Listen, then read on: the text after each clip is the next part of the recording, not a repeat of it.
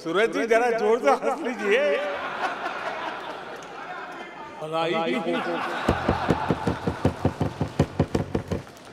एक उदाहरण तो आप देखिए मौजूद है। 20 साल हो गए, क्या कुछ नहीं हुआ। दूर युद्ध से भागते नाम रखा रणधीर। और देखिए देखिए मजा इस डिबेट का।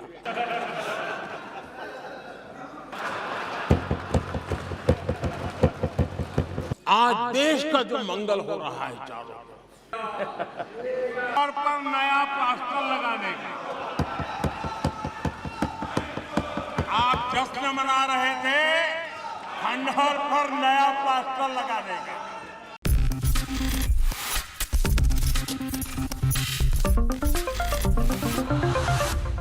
नमस्कार, नेक्स्ट 9 न्यूज देख रहे हैं आप और मैं हूं आपके साथ प्रज्ञा सिंह। देश के प्रधानमंत्री नरेंद्र मोदी की यह हंसी हर किसी के दिल को चीर देने वाली है। मणिपुर इतना गंभीर मुद्दा, मणिपुर की जनता लगातार रो रही है, लगातार आग में झुलस रही है और देश के प्रधानमंत्री नरेंद्र मोदी मणिपुर की जनता के बारे में बात करने की जगह ठहाके लगाते हुए नजर आ रहे थे। सदन में प्रधानमंत्री नरेंद्र मोदी की हंसी मानो जैसे दिल को चीर कर निकल रही हो। उनके ठहाकों पर जिस तरह से तमाम मंत्रीगण तालियां पीटते हुए नजर आ रहे थे, वो वाकई में आज उन बेटियों के लिए उस पल से भी ज्यादा शर्मनाक, दुखदाई होगा जो आज से लगभग 80 दिन पहले यानी कि 4 मई को उन 2 बेटियों ने सहा। मणिपुर का शर्मनाक वो वीडियो आप सभी को याद होगा। हर कोई उस वीडियो को शायद पूरी तरह से देख भी नहीं पाया और जिसने देखा वो कई रातों तक सो नहीं पाया और उन बेटियों का चेहरा बार बार आप सभी के नजरों के आगे आ रहा होगा। लेकिन उन्हीं बेटियों के बारे में जब जिक्र करने का समय आए तो प्रधानमंत्री नरेंद्र मोदी कभी इधर उधर की बातें करते हुए नजर आए, कभी ठहाके लगाते हुए नजर आए, कभी सोनिया गांधी, कभी राहुल गांधी का मजाक उड़ाते हुए नजर आए। लेकिन कहीं ना कहीं प्रधानमंत्री नरेंद्र मोदी के इस भाषण ने पूरे देश को निराश कर दिया। विपक्ष की जी तोड़ कोशिश के बाद आखिरकार सदन तक प्रधानमंत्री को पहुंचाने में सक्षम तो विपक्ष हो गया। मणिपुर पर उनसे संबोधन करवाने को भी विपक्ष कहीं ना कहीं कह सकते हैं सफल हो गया। लेकिन बेटियों के हक में जिस संबोधन की उम्मीद विपक्ष कर रहा था, वो विपक्ष की उम्मीद टूट गई और इस टूटते हुए उम्मीद को देखकर राहुल गांधी वाकई में काफी ज्यादा बुरी तरह से टूटे।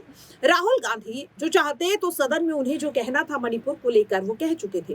प्रधानमंत्री नरेंद्र मोदी की तरह वो भी इस बात को सिर्फ और सिर्फ सदन तक सीमित रख सकते थे, लेकिन राहुल गांधी ने ऐसा नहीं किया और शायद यही वजह है कि अब मणिपुर की जनता प्रधानमंत्री नरेंद्र मोदी से नहीं बल्कि राहुल गांधी से मदद की अपील कर रही है।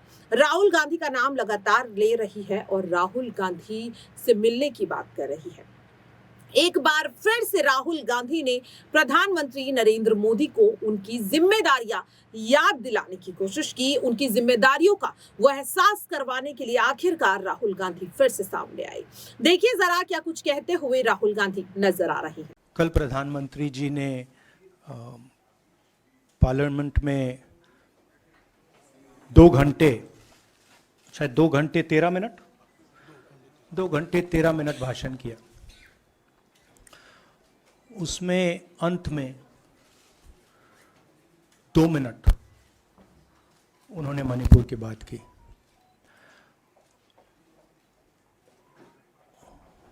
मणिपुर में महीनों से आग लगी हुई है,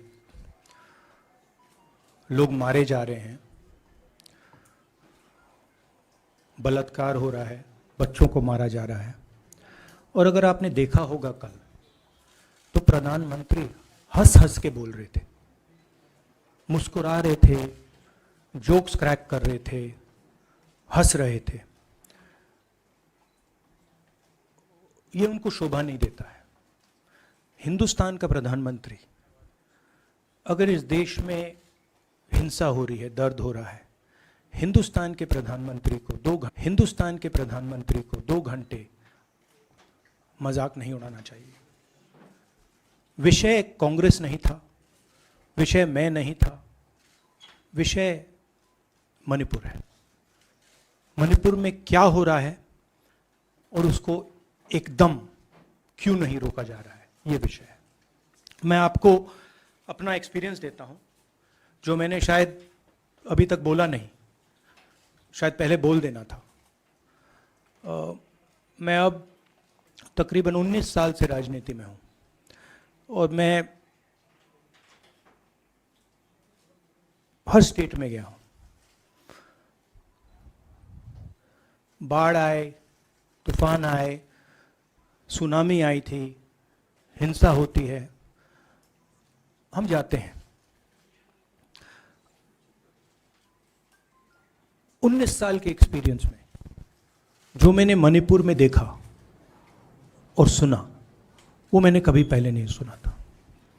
मैंने पार्लियामेंट में बोला कि प्रधानमंत्री जी ने, अमित शाह जी ने भारत माता की हत्या की है, मणिपुर में भारत को खत्म कर दिया है।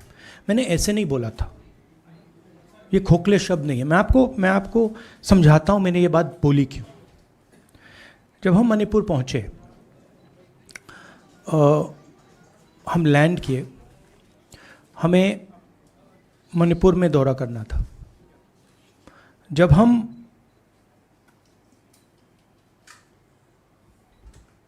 मेटे एरिया में गए, हमें साफ कहा गया था कि अगर आपकी सिक्योरिटी डिटेल में कोई भी कुकी होगा, उसको आप यहां मत लाइए क्योंकि हम उसको मार देंगे।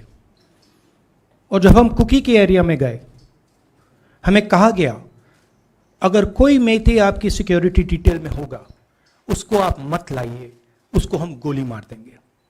हम जब गए, हमें मेतेज को परे करना पड़ा, हमें कुकीज को परे करना पड़ा। मतलब एक स्टेट नहीं है, आज 2 स्टेट है। स्टेट की हत्या कर दी गई है और उसको चीर दिया गया है। इसलिए मैंने बोला हिंदुस्तान की हत्या मणिपुर में बीजेपी ने कर दी है। और जब मैंने कल प्रधानमंत्री को देखा हंसते हुए, मजाक उड़ाते हुए, मैं समझ नहीं पा रहा था कि हिंदुस्तान का प्रधानमंत्री इस प्रकार से कैसे बोल सकता है। प्रधानमंत्री को यह पता नहीं लग रहा है कि हमारे देश में क्या हो रहा है। छोड़िए, नहीं जाना चाहते हैं, उसके भी कारण हैं, शायद मैं बता नहीं सकता हूं आपको, उसके कारण हैं। मगर अगर जा नहीं सकते हैं तो मणिपुर के बारे में बोले तो। हिंदुस्तान की आर्मी, आप सब जानते हो, सेना को आप जानते हो, जो मणिपुर में हो रहा है, हिंदुस्तान की सेना उसको 2 दिन में रोक सकती है, 3 दिन नहीं लगेंगे। अगर हिंदुस्तान की आर्मी को कहा गया कि यह तमाशा बंद करो, 2 दिन में यह तमाशा, ड्रामा बंद हो जाएगा। प्रधानमंत्री मणिपुर को जलाना चाहते हैं, आग बुझाना नहीं चाहते हैं। यह है सच्चाई। अब आप अपने सवाल पूछिए। Would you like me to say it in English? I watched the Prime Minister of India yesterday speaking for 2 hours, laughing, joking, लगाing naras in the parliament. The Prime Minister would say one line and the entire BJP would shout another nara. You know, the Prime Minister seems to have forgotten that the state of Manipur is on fire and has been on fire for 4 months. Women and children are dying over there. People are being murdered. Women are being molested, are being raped. And the Prime Minister of India is sitting in the middle of the parliament shamelessly, laughing. This is not about Rahul Gandhi. This is not about the Congress party. This is not about the opposition. This is about India. It's about our country. A state has been decimated. It has been destroyed. It does not exist anymore. And it has happened because of the politics of the BJP. Divide and rule and burn.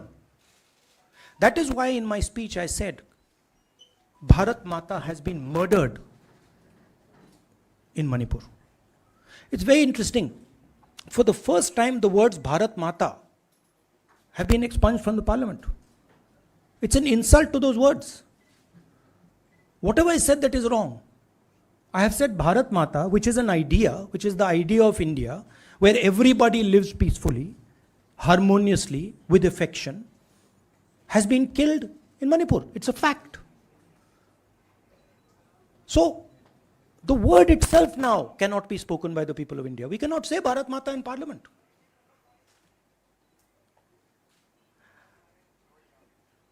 I want to tell you about my own personal experience of Manipur. I've spoken to you about, I spoke in parliament about the women I met, the pain I heard, but I want to tell you why I said India has been murdered in Manipur. And I said it because Manipur no longer exists as a state. A state requires control, a state requires authority. That is disappeared in Manipur. It does not exist. And I saw this with my own eyes. When we went to Manipur, when we went to the Meitei area, we were categorically told that please ensure, we want you to come, we love you, but please ensure that if there are any cookies in your security detail, they do not come into our area or we will shoot them. When I went into the cookie area, we were told the same thing. We love you, we want you to come. But please make sure, if there are any Meiteis in your security detail, we will shoot them. Do not bring them here. Before going to the Meitei area, we had to remove all cookies from our security detail. Before going to the cookie area, we had to remove all Meiteis from our security detail. When we went there, the security forces, central security forces, told us we have never seen anything like this. We were told it is completely outside our control. Okay?